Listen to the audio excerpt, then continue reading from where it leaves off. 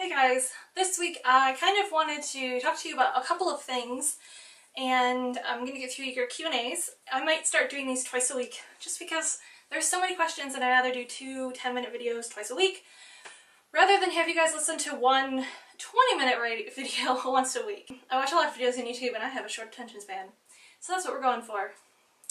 First, I have the giveaway for the Punchnella, and a lot of you were asking, where do you get that from? And I get mine from a discount place that sells fabric here in Phoenix, and I think a lot of people go, I don't know where anyone else gets it. But you also were asking about if I was going to open my Etsy shop again, and I will be opening it this month, and I'll put a bunch of packs in there for like under $4 so you guys can get some, because it really is a lot of fun. So I've got all your names in here, and I'm going to choose one to win that pack. And it is Casa Was With Me. Is it Kaisa? I don't... But you won! Yay! I'm sorry that I didn't do a video for you guys.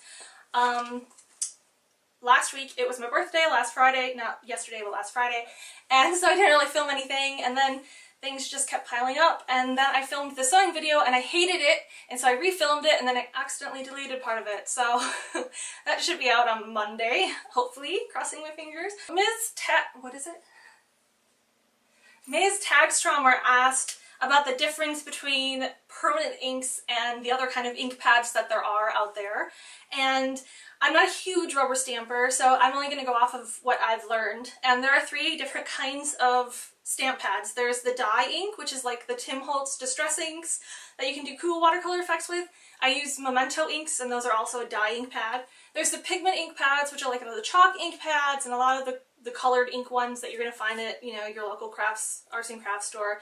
Then there's the solvent one, which is the Stays-On. If you're doing mixed media work and you're going to stamp something and then you're going to color over it with other media that might, like, I don't know, blend it, I'd use the Stays-On. I like to stamp images and then I like to use my Copics over them, and since the Copics are alcohol-based, they pretty much ruin like any line you draw, but the Stays-On works really well. And I also do that on fabric where like ink pads really can kind of not work, and it works. So that's my experience. I've had a couple questions about different techniques for binding your journals or seeing the different journals that I have, maybe doing more than just a flip through of a single journal. I had a couple people ask about that. Dee Howe and our winner this week, Casa Was With Me. I'm sorry if I'm saying that wrong. It's really hard with screen names when you have to say them. My brain says it right because it sees the letters and it goes, oh, that's what that means. And my mouth just says things wrong.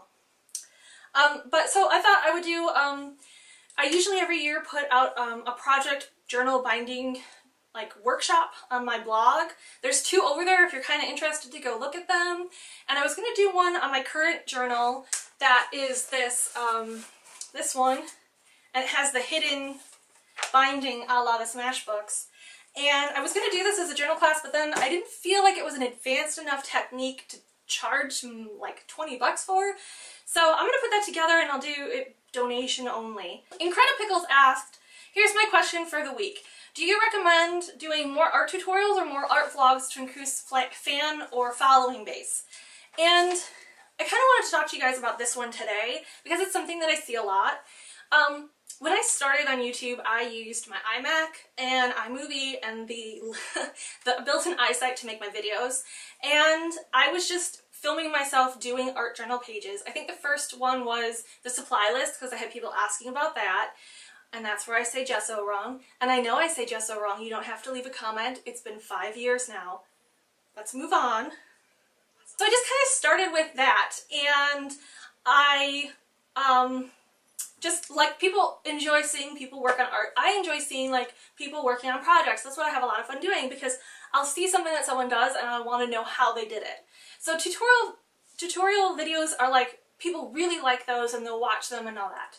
And I started doing the Q&A, and I actually have a lot of success with the Q&A, but I didn't start it until, you know, I have over, I mean, I don't have a lot of followers, but I love every one of them. I should say every one of you, not every one of them. You're you. I love you. advice would be make what you want to make. I make the videos that I want to make and the videos that I enjoy doing. I like answering your questions because it actually helps you because you're getting answers, and helps me because I get to see what people are interested in, what people want to see more of, and all that kind of stuff. Because when you're making the art, you just take like things for granted that people know how to do it, and they don't. And it's like, okay, I will show you, because that's the kind of person I am. I just like teaching people and helping people. So just do the videos you want to do. Do the videos that are fun for you. I mean, this one will probably, I just spent a half hour doing the lighting and the setup, and I'm filming it, so that's like another 30 minutes. Then it's going to take me about an hour to edit and then export. And when it comes to my tutorial videos, those take about 6 to 8 hours from start to finish. From like the original idea and writing it, to filming, to setup, to filming it, to exporting or to importing it, to doing the editing, because I do like hardcore editing on those, to exporting and uploading it. So you got to do it if you like it. I went to school and I have television production, a bachelor's degree in television production and writing, so I like doing that stuff. That's what I love doing. That's why I do so many. So do what you like doing. That was 5 minutes of me saying the same thing over and over again. Lunacore asked about the GAC 100, which is a medium made by Golden, and I just bought it a couple weeks ago because I was talking to somebody about it, and it was something that I had been wanting to purchase for a while but didn't really know what to do with. And I have found that it's really good as when I'm doing block printing and I'm putting paint down on like a piece of a transparency or wax paper or my craft sheet. If I add that instead of water, it works so much better to do block printing, and I've had a lot more success with using it to do my block printing off my stamps or anything with a brayer where you have to bray your paint. And I actually found on some journal pages, what happened was I did the journal pages, like the backgrounds of them first, and then like this orange that's all over it is actually an orange paint mixed with the GAC 100. And what happened was I used it as a glaze, and then I used a baby wipe, and it actually came off of the white paint and somewhat off of the blue paint and some of the background on here, which was really cool because if you want to use a glaze, after you've done the background, your colors get dulled down by whatever color you used the glaze for. And the GAC 100 was pretty cool with that. So that's what I've learned so far. I'm just playing around with it, and hopefully someone watching knows a lot more and can leave a comment to further answer your question. Juliet asked what I'm going to do with my hair next, and I'm actually going bright magenta. It's going to be really awesome. Probably like this magenta color on my journal. So that's going to be fun, and that's happening next week. So probably not the next video you see me in, but the video after, I will have bright magenta hair. It will be awesome. Ms. Artist Wannabe asked about how to use spray inks without getting it all over the wall and all over the desk. And that's part of the reason that I have a black desk, so I can get stuff all over it. And if you saw my desk that I use as now for my computer, it is covered in paint. And I've just accepted that's what happens. But another solution is to get a square box and to cut cut all the flaps off of it and cut one of the sides off of it and put it box surface down on the ground. And then you can spray inside of it, and you have those 3 other walls left to absorb the spray ink and as well as the surface underneath. And I've seen that used a couple times, and I actually used that when I was using spray paint inside, which I don't recommend, but it was 20 degrees below zero and I wanted to use it. I've had a couple people ask this question this week, and it's about making spray inks out of the alcohol inks, and I'm going to show you what I wrote on my notes. It says no, with a lot of O's. For this question, I wanted to check and make sure, so I asked my friend Dina Wakely, who went to Ranger U and is a graduate of there, and asked her, can you make your own alcohol spray inks? And she said no. And the reason is that when you mix the alcohol inks with water and make it an aerosol, there's something in that when you inhale it, it actually sticks to your lungs, which is pretty nasty. And she's not the first person I've asked about making spray inks out of alcohol inks and been told not to do it. So I have at least like 3 sources saying don't make spray inks out of your alcohol inks. Please don't do it, okay? And like I said, I wanted to make sure, so I asked somebody else to help me out with that answer. Lorenza asked if I had any tips for taking pictures or scanning your artwork and to making prints. And I actually explained like the whole like printer and prints making process in the first Q&A video if you look back at that one. And as for taking pictures of your artwork, I actually use the camera I'm using right now, which is the DSLR camera, and I always take them outside in sunlight because that is the best lighting ever in the world. Right now I'm not using sunlight, but I have lots of big studio lights in here right now. It's hot in here, guys. Any digital camera, as long as you can focus on the image, take it from above the image. Use a tripod if you can to make sure that you're stable and you're not moving back and forth, as I tend to do, which is why so many of my phone pictures are really blurry. Take the pictures outside in sunlight. I actually like taking pictures more because you get more depth and shadow and all that kind of stuff, but there are people who have great success with scanning their images on a scanner, which is fine.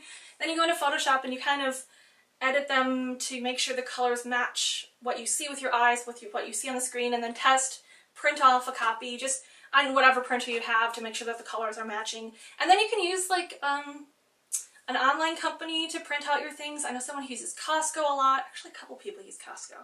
I don't have a membership, so I don't. I've used Walgreens in the past and CVS, and I now print at home with archival inks on an inkjet printer that I have with really nice paper. Shannon May Foister asked me if I knew anything about Zentangles and if I use them in my artwork, and I do. I have a separate moleskin somewhere in this room. Usually stuff that I find out from Zentangles actually adapt, like the cover.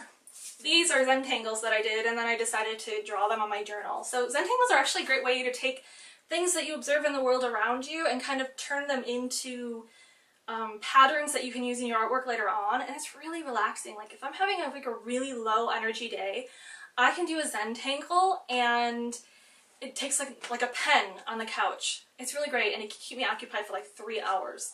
So I really love Zentangles. I wrote love with a heart. Melanie K reminded me that you can find mini misters at Sally's, and that's actually where all of mine came from, except for like the first one I ever bought.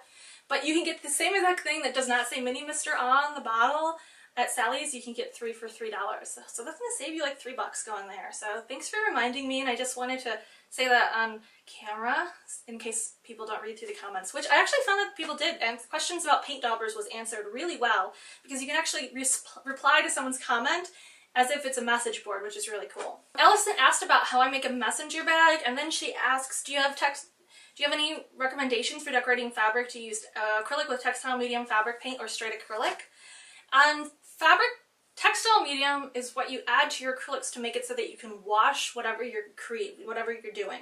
So if you have like a t-shirt or like a messenger bag that you think might get dirty and you don't want to wash later on, or might get rained on, like in a downpour, like in a movie, then use the textile medium mixed in there. It makes the paint a little more flowy on the textile. What it does is it makes it so you can wash it later on. I use a lot of fabric paints, but I use fabric paints in my journal. I use fabric paints on transparencies. I use fabric paints on fabric. I use fabric paints on everything. So it doesn't really matter. Those, of course, are formulated to be washed. So if you just have straight acrylics and you're painting something like a piece of fiber art, or you're working on a piece of loose canvas, you don't really have to worry about textile medium as much. Then again, if you're working on something that will be worn or washed or get wet on a repeated basis, then use fabric textile medium, and remember to set it per the instructions on the bottle. Erica asked if I use fabric or trim on my journal and how so, and I glue fabric and trim into my journal a lot. I just actually did a piece for Journaling Deep where I glued in a piece of fabric that I created and stamped on, and then I just glued it in, and it actually like decoupaged over the top of it, so it's like really in there like a piece of paper. I use trim in my journals. Here's a piece of trim. This is another page for Journaling Deep. So yeah, I use trim. I use everything in my journal. I don't really care what it's supposed to be for. And I'm like a trim addict because the place I go to has trim for like 15 cents a yard. Connie B asked for a class on how to do my girl shapes, and that's actually just from Discovery. Is going to show you how to do the girl shapes and then the heads and stuff. It's a class kit that will be coming out, I want to say in the next 2 weeks. It's going to be audio content, so it's actually going to be something that you listen to while you're doing your art. So it'll have music and me talking and giving you prompts and stuff, and there are certain exercises that are timed, and I'm just going to time them myself and just have it so you can listen to something upbeat with me helping you along. So it's like I'm sitting next to you, but I have an invisibility cloak on that I stole from Harry Potter. Except you can hear me. They really didn't talk when they had that thing on.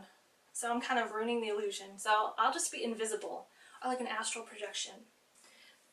I have 2 more questions. First, Michelle was asking about Portfolio oil pastels. She says, how do you incorporate the Portfolio oil pastels into your work without them rubbing off? I tried sealing them with clear gesso and the color just kind of blended. And the thing is with the Portfolios is they're water soluble, which means that anytime you apply any wet media, whether it's gesso or acrylic paint or anything like that over it, they're going to start to spread and smear. I I think the only thing I would recommend is Workable Fixatif. It's a spray that you actually spray onto the piece, and it's used mostly for oil pastels, soft pastels, charcoal, any kind of media that'll rub off your page. And it comes in a spray can. It's about $8. You can get it at your local arts and crafts store. But if you're just simply worrying about them rubbing off onto the adjacent page, Workable Fixatif is your place to go. Chelsea asked me if I have any favorite art or art journaling books. My current favorite art journaling book is Painted Pages by Sarah Ahern-Bellemare. I've loved her artwork for years, and I really liked how this book was less a constant, how do you art journal, I'm kind of over like step-by-step books or technique-driven books. This was really just like I was sitting with her and she was just talking about how she likes to do her artwork and what she uses and some of the techniques she does and the thought process behind. I really liked it a lot. One of my other favorites, which is an art book, is Christine Mason Miller's Ordinary Sparkling Moments. This was self-published in 2008, and I really like it because it is really raw and really honest about her life, but she does a lot of artwork combined with her handwriting or printed out versions. I'm assuming she typed her book first and then wrote it all out, but like each page is a piece of artwork that she's written on, so it feels like a really in-depth, well-edited, written art journal, which is fantastic. My copy is signed. I just dropped a postcard, but it's signed. And then one of my favorites for art journaling is, of course, 1000 Artist Journal Pages. This is also from 2008, and it has all kinds of cool art journal pages. And it was edited by my friend Dawn, and yours truly is in here somewhere as well. But it's really kind of cool when you're kind of like stuck and you want to look at maybe a different style. You have a ton of, literally 1000 different artist journal pages to look through. So those were the Q&A for today, and it comes to that part where get to the giveaway. And this week I'm giving away a smaller pad of the Strathmore Mixed-Media 400 series. This paper is hella thick, guys, and it's made for mixed media. It's made for wet and dry media and for your finished artwork. I am so excited to get started working on this. I've heard really good things about it from friends and seen on videos. Look at how thick that is. It's just really fun and gorgeous, and so I bought an extra pad, a little pad, to give away to you to work on some really awesome paper, and you could even make it into a little journal, just like bind it. In order to be entered for the giveaway, simply leave a comment down below or on the blog. Please ask a question. That really always helps me out, and I'm going to be splitting this into 2 next week. So ask a question about anything. You can, and me splitting it into 2 means that I can actually do the thing like show you the journals instead of just saying I'll do another vid about it. Maybe I'll do that next week and answer questions. So please keep your questions coming. I love that. I love giving one of the things if you're asking a question. As always, liking and subscribing helps me out a ton. Thank you so much for coming and watching the videos. Thumbs up, leaving a comment. I have put a donate button on my blog. Please don't feel like you have to, but if you do have a couple extra bucks and you really like the videos and the giveaways, I would really appreciate it. So I will see you all in my next video or next week. Probably next week and in my next video since it's Saturday. Alright, bye!